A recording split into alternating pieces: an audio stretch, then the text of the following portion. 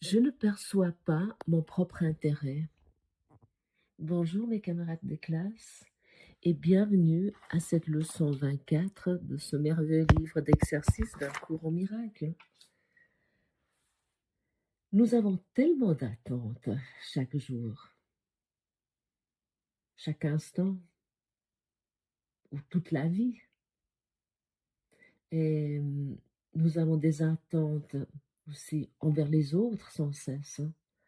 Comment les autres devraient être, comment les autres devraient agir. Euh, Nous sommes préoccupés sans cesse avec des attentes, comment ça devrait être, comment ça devrait fonctionner. Et puis, ça crée souvent une énorme déception, une énorme frustration. Oui, le moment présent est souvent une expérience de frustration parce il est dans une attente. Nous sommes sans cesse en permanence dans une attente. Et rarement, nous rencontrons des personnes qui semblent savoir vraiment clairement ce qu'elles veulent. Et si je m'observe, il y a en moi des attentes et des espoirs, avec des différentes situations. Par exemple, je veux avoir du succès, mais quand même pas trop, parce que, j'ai j'aimerais quand même avoir la possibilité d'avoir une vie, hem où j'ai du temps pour moi, où, j'aimerais quand même rester, tranquille, on pourrait dire. Où j'aimerais atteindre, des personnes, heu, je parle ici à nouveau, hein, parce que j'ai constaté ça en faisant cette leçon.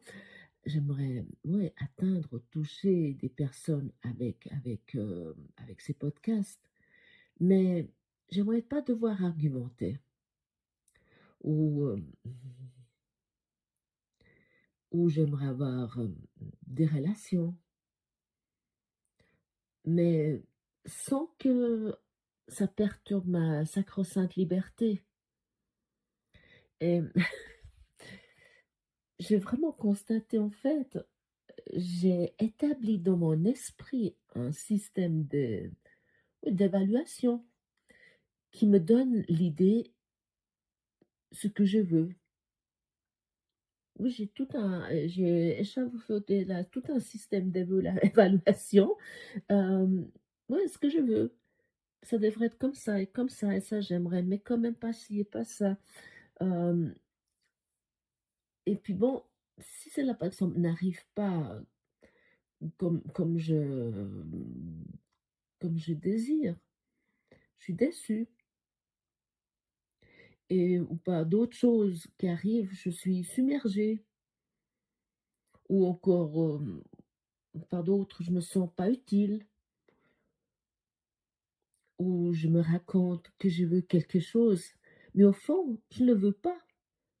On peut se raconter, peut-être tu connais celle-là aussi: «Ah, je désire ça et ça et puis, ah, si je pourrais, ah, avoir, une maison ou un appartement, en Sicile et si je pourrais arrêter de travailler», mais au fond, s'ils arrivent vraiment et et ça, c'est quelque chose, je crois, c'est assez connu, des gens qui gagnent au loto, soudainement.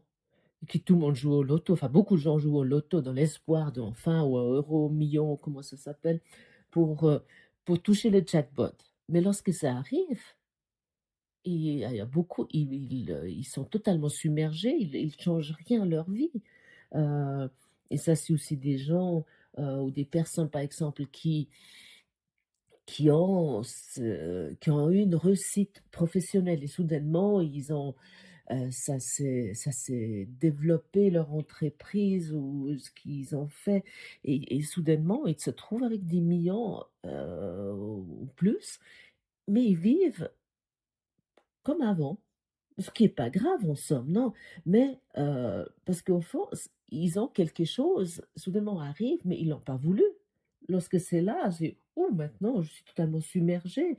Et ça peut aussi arriver des gens, soudainement, lorsque les choses arrivent, ce qu'ils désirent, ils tombent malades parce que ils c'est trop. Hem Et c'est ça, je connais ça, je me raconte que je veux quelque chose, je le désire vraiment et mais au fond, je le veux pas. Parce que et là, je ne sais pas ce qui est pour mon propre intérêt, ce qui est pour mon propre bien. Au fond, j'ai aucune idée. Parce que tout peut être vu des 2 façons. Dans ce monde et de dualité, il y a toujours deux façons de voir les choses. Par exemple, être heureux ou malheureux dans une situation. Mais personne décide, par exemple, je pense, prenons par ex cet exemple, je je décide pas sciemment ce matin, je me suis pas, levée, je me suis dit: «Ah mais je vais être énervé ou je vais être, malheureux, je vais être triste». Mais la question est de reconnaître, je ne sais pas ce qui est pour mon propre intérêt. Et la leçon 24, elle commence directement. Il n'y a pas une situation qui se présente dans laquelle tu te rends compte du résultat qui te rendrait heureux. Et ça, oui, cela, oui, ça me dit, mais c'est pas vrai. Tu vas peut-être commencer à argumenter. Bien sûr, ce qui me rendrait heureuse. Alors ça, je connais très bien, hein. Euh, Et là, je reviens encore une fois, si nous ne savons pas ce qui est pour notre bien, nous ne pouvons pas savoir pour ce qui est pour l'autre. Et là, nous sommes champions. Alors là, ah mais si tu ferais ça enfin, mais nous sommes sans cesse en train de donner des conseils. Nous donnons à nous-mêmes aussi des conseils sans cesse, avec nos monologues intérieurs, hein, mais aussi aux autres encore. Ou nous donnons des conseils, Hem, si nous nous essayons à nos politiciens préférés ou à peu importe de quelle association tu fais partie: «Ah mais j'aimerais quand même te dire, mais si tu feras ça, ça sera mieux» ou «Ah vous devrez faire ça» et nous sommes sans cesse en train de faire ça, mais au fond, nous ne savons pas ce qui est pour notre propre intérêt et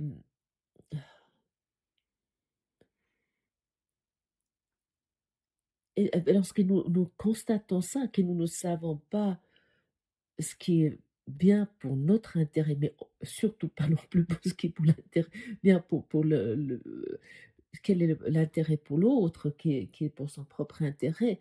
À ce moment-là, en fait, toute, attente et toute envie de juger tombe ou toute envie ou, de corriger, l'autre. Parce que ça aussi, qu'est-ce que nous aimons ça, hein? Ce que nous n'arrivons pas à faire avec nous-mêmes, alors nous le faisons à l'extérieur. Ou ou de sauver les personnes. Il y a beaucoup de gens, hem, ils ont ce désir qui est toujours là, de sauver l'autre. «Ah oui, il faut que je m'occupe. Ah, mais pourquoi? Il faut que je m'occupe de telle et telle personne. Ah oui, et puis elle sait pas quoi faire, et puis il faut que je l'amène là. Ah non, et puis il faut que je m'occupe de ses courses, et puis elle arrive pas, et puis je vais faire sa déclaration d'impôt, elle est pas capable», et ainsi de suite. Mais parce que nous croyons que l'autre est pas capable, ou nous croyons en ce qui est bien pour l'autre. Mais nous pouvons abandonner ces idées et nous pouvons nous laisser guider. Et ainsi, il y a une aide qui arrive sans se mêler. Qu'est-ce que nous aimons nous mêler des affaires des autres?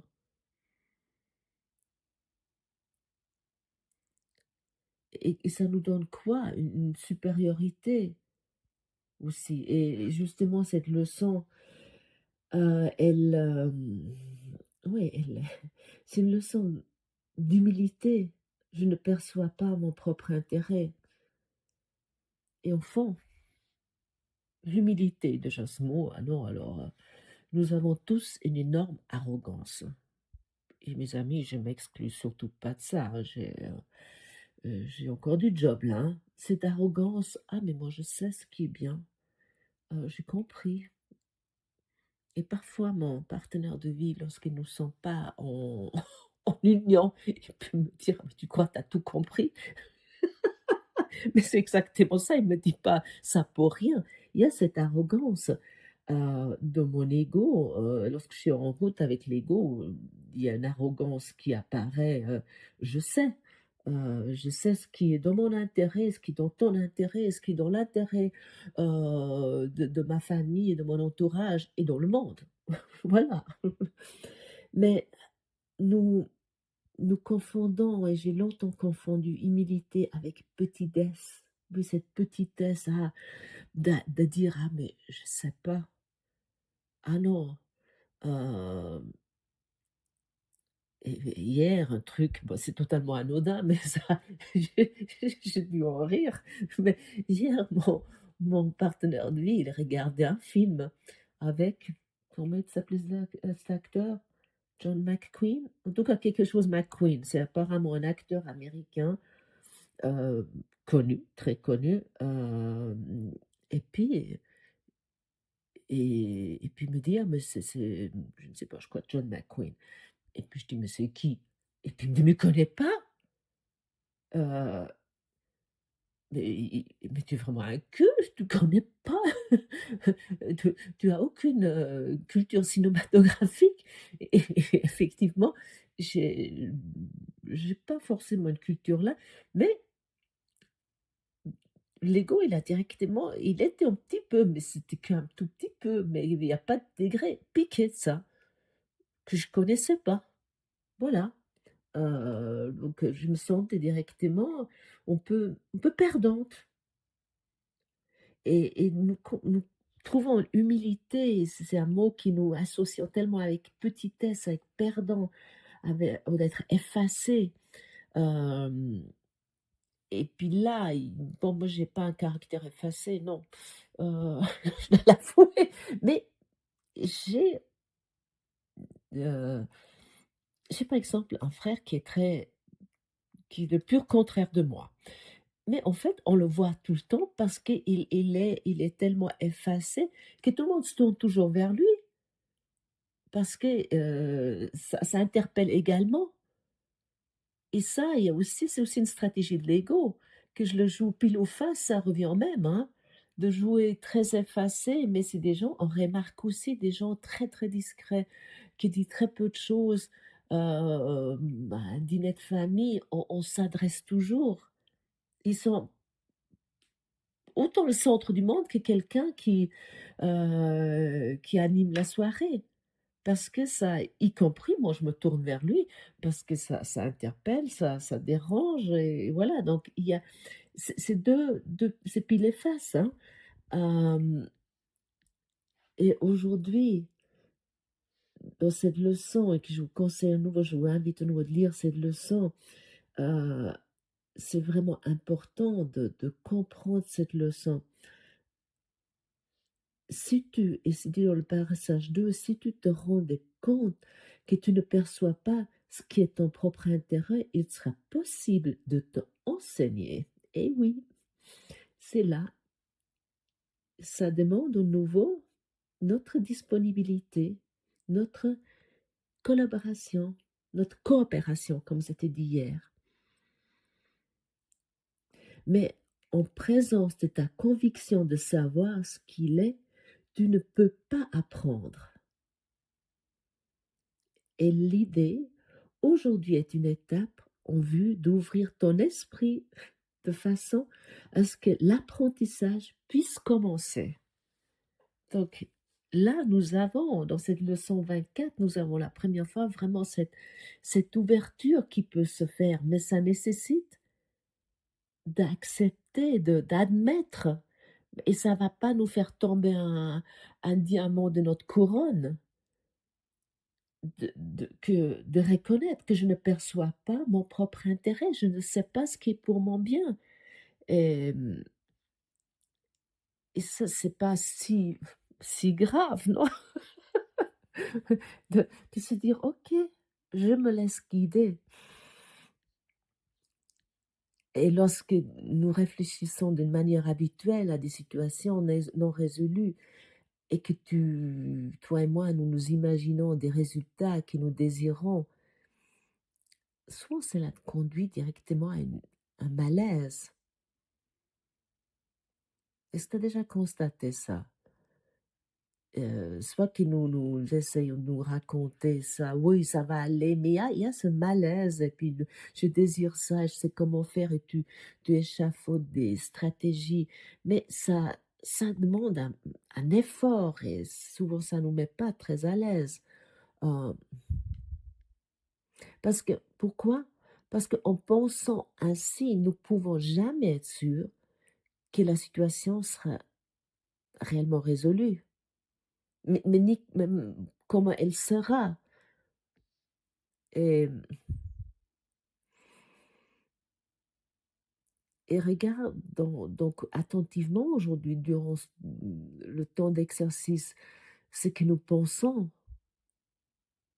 Lorsque nous voyons des situations difficiles, lorsque nous percevons un danger, lorsque nous croyons que certaines circonstances ou situations nous dérangent ou devraient changer, alors nous entretenons aussi des pensées d'attaque et ça c'est la suite de la leçon d'hier. Parce que nous ne voyons pas tel que c'est réellement et je te vois pas tel que tu es réellement. Je te vois pas invulnérable ou inattaquable ou pour toujours protéger, aimer. Parce que si je crois que je dois corriger quelque chose ou j'ai tout plein d'idées concernant une situation, de comment j'aimerais qu'elle ce qui arrive ou comment tu seras, heu, mais c'est là et c'est exactement ce que nous sommes en tant que fils de Dieu. Lorsque nous pensons autrement à notre sujet ou je pense autrement à ton sujet,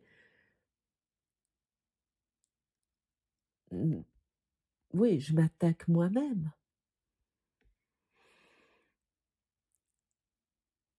et là, peut-être tu constates que nous ne pouvons jamais percevoir ce qui est dans notre meilleur intérêt tant que nous continuons à penser de la manière habituelle et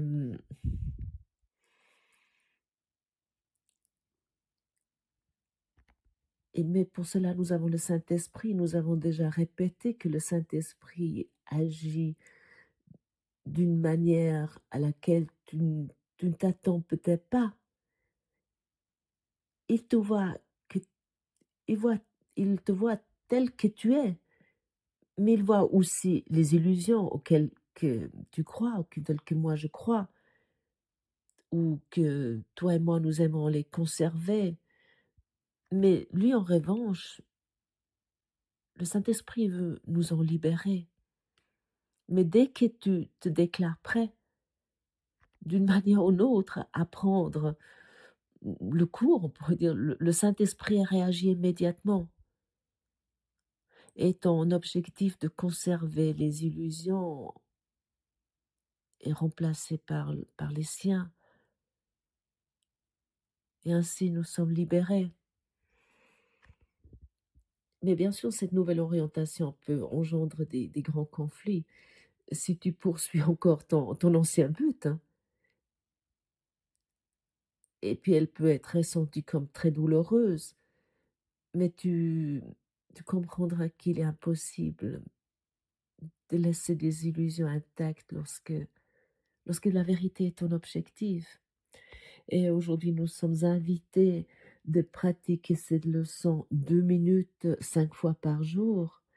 Et oui, ça demande beaucoup plus d'honnêteté que nous avons l'habitude. parce que c'est là où tu vas te rendre compte à quel point les buts qui sont souvent tellement conflictuels, à quel point c'est contradictoire. Hem et je ne sais pas, lorsque tu fais cet exercice aujourd'hui, ça lorsque tu la pratiques vraiment, la pratiques avec le Saint-Esprit, demande-lui de le faire avec toi et et prends vraiment du temps pour faire cela. La fais pas comme si tu répètes simplement quelque chose. Et là, tu vas vraiment te rendre compte et je pratiquais ça, ce matin avant d'enregistrer, enfin, ce que je suis en train d'en faire là avec vous, d'enregistrer ce podcast. Hem, j'ai pratiqué cette leçon, j'ai fait cette leçon et je me dis: «Mais j'ai encore tellement de choses qui sont totalement contradictoires, hem, dans mes désirs, dans mes buts et puis que j'aimerais qu'ils arrivent».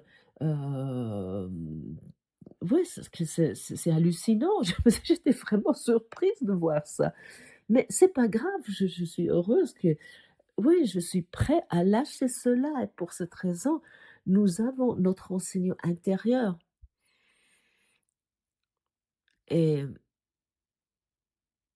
tu peut-être même peut-être crois même peut-être le Saint-Esprit, il te retire quelque chose, mais ce n'est pas le cas. Il te montre simplement le véritable visage des illusions et c'est ça que nous pratiquons ici et nous avons souvent encore peur de la vérité. Et nous les illusions nous semblent précieuses, mais comme déjà souvent dit, le tapis ne nous sera pas tiré sous les pieds, nos pieds, c'est-à-dire que le monde, il nous sera pas tiré sous les pieds, heu et mais ça nécessite une seule chose et ça c'est ta volonté, ma volonté, notre volonté et ça, oui, comme c'était dit hier, j'aimais bien ça, ta coopération. Ce n'est pas une bonne nouvelle de savoir que tu as un véritable ami qui utilise absolument tout pour ton bonheur, pour notre bonheur? Alors pourquoi s'en priver? Et pratiquons aujourd'hui cette leçon joyeusement, parce que lorsque tu pratiques cette leçon et tu vois vraiment heu, ce que tu aimerais encore, qu'est-ce qui sont encore tes désirs cachés, ce que tu te racontes, mais tu peux en rire parce que nous sommes ici vraiment dans un chacun nous nous avons créé une telle pièce de théâtre, un tel film, que c'est quand même incroyable ce que nous arrivons de faire, non?